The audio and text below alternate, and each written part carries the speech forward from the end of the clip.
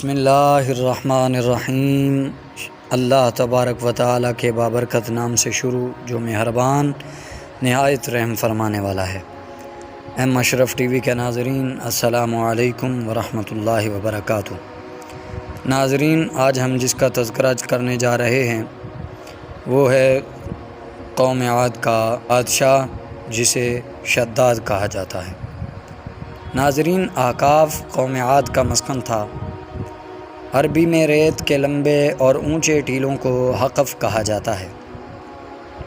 احقاف حقف کی جمع ہے اور یوں اس کا مطلب ہوتا ہے ریت کے اونچے اور لمبے ٹیلوں کی زمین۔ یہ علاقہ یمن اور عمان کے درمیان بکھرا ہوا تھا۔ قوم عاد یہاں 8,500 سال قبل آباد تھی۔ اللہ تعالیٰ نے انہیں سرسبز کھیتیاں بھی دی رکھی تھیں، جانور بھی، پانی بھی اور وافر خوراک بھی۔ نعمتوں کی اس فراوانی نے انہیں بھٹکا دیا اور اللہ کے باغی ہو گئے۔ ہدایت کے لیے اللہ تعالیٰ نے حضرت ہود کو بھیجا۔ وہ انہیں تبلیغ کرنے لگے، لیکن عاد ان کا مذاق اڑانے لگے۔ وہ شرک سے پیچھے ہٹنے کے لیے راضی نہ ہوئے۔ شداد اس قوم کا بادشاہ تھا۔ یہ دو بھائی تھے، شدید اور شداد۔ دوسرا بھائی پہلے بادشاہ بنا، وہ فوت ہوا تو شداد نے اقتدار سنبھال لیا۔ وہ ایک وسیع سلطنت کا حکمران تھا۔ حکومت یمن سے عراق اور بعض روایات کے مطابق ایران تک پھیلی تھی۔ حضرت ہود نے اسے بھی سمجھانے کی کوشش کی، لیکن اس کا دل بند تھا۔ دونوں کے درمیان مکالمہ ہوا۔ شداد نے حضرت ہود سے پوچھا، میں اگر ایمان لے آؤں تو مجھے کیا فائدہ ہوگا؟ حضرت ہود نے فرمایا، تم پر جنت حلال ہو جائے گی۔ شداد نے پوچھا، جنت کیا ہے؟ حضرت ہود نے اسے جنت کا نقشہ بتایا تو شداد نے دعویٰ کر دیا کہ یہ کیا بڑی بات ہے، میں بھی ایسی جنت بنا سکتا ہوں۔ حضرت ہود نے اسے اس کفر اور اس شرک سے روکنے کی کوشش کی، لیکن وہ باز نہ آیا۔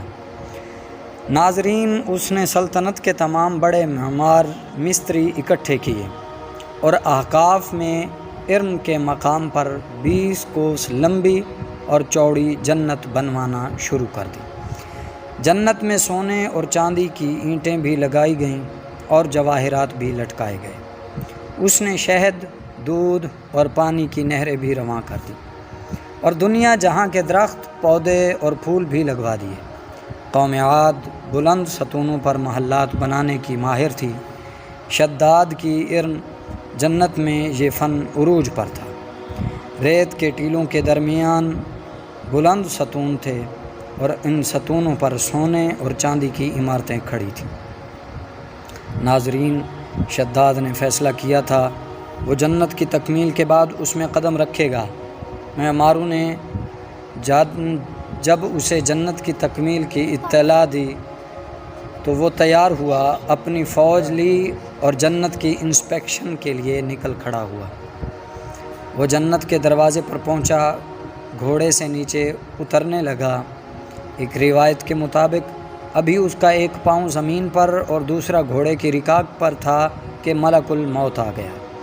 شداد نے اس سے صرف جنت میں قدم رکھنے کی مہلت مانگی، لیکن فرشتے کا جواب تھا، اللہ تعالیٰ کا حکم ہے، میں تمہیں تمہاری جنت میں قدم نہ رکھنے دوں گا۔ وہ بہت گڑ گڑایا، لیکن ملک الموت نے اس کی جان قبض کر لی۔ وہ زمین پر دوسرا قدم نہ رکھ سکا۔ شداد کی موت ہو گئی۔ ایک روایت کے مطابق شداد نے جنت کے اندر ایک قدم رکھا، دوسرا نہ رکھ سکا کہ شداد کو ملک الموت نے اس کی روح کو قبض کر لیا۔ اس کے بعد حضرت جبرائیل امین نے چیخ ماری اور شداد کی پوری جنت زمین میں دھنس کر غائب ہو گئی۔ شداد کا انجام قوم عاد کے لیے کافی تھا، لیکن جب انسان کی عقل پر غرور کا پردہ پڑتا ہے تو شداد ہو یا اس کا بھائی یا کوئی، اسے کسی کا انجام دکھائی نہیں دیتا۔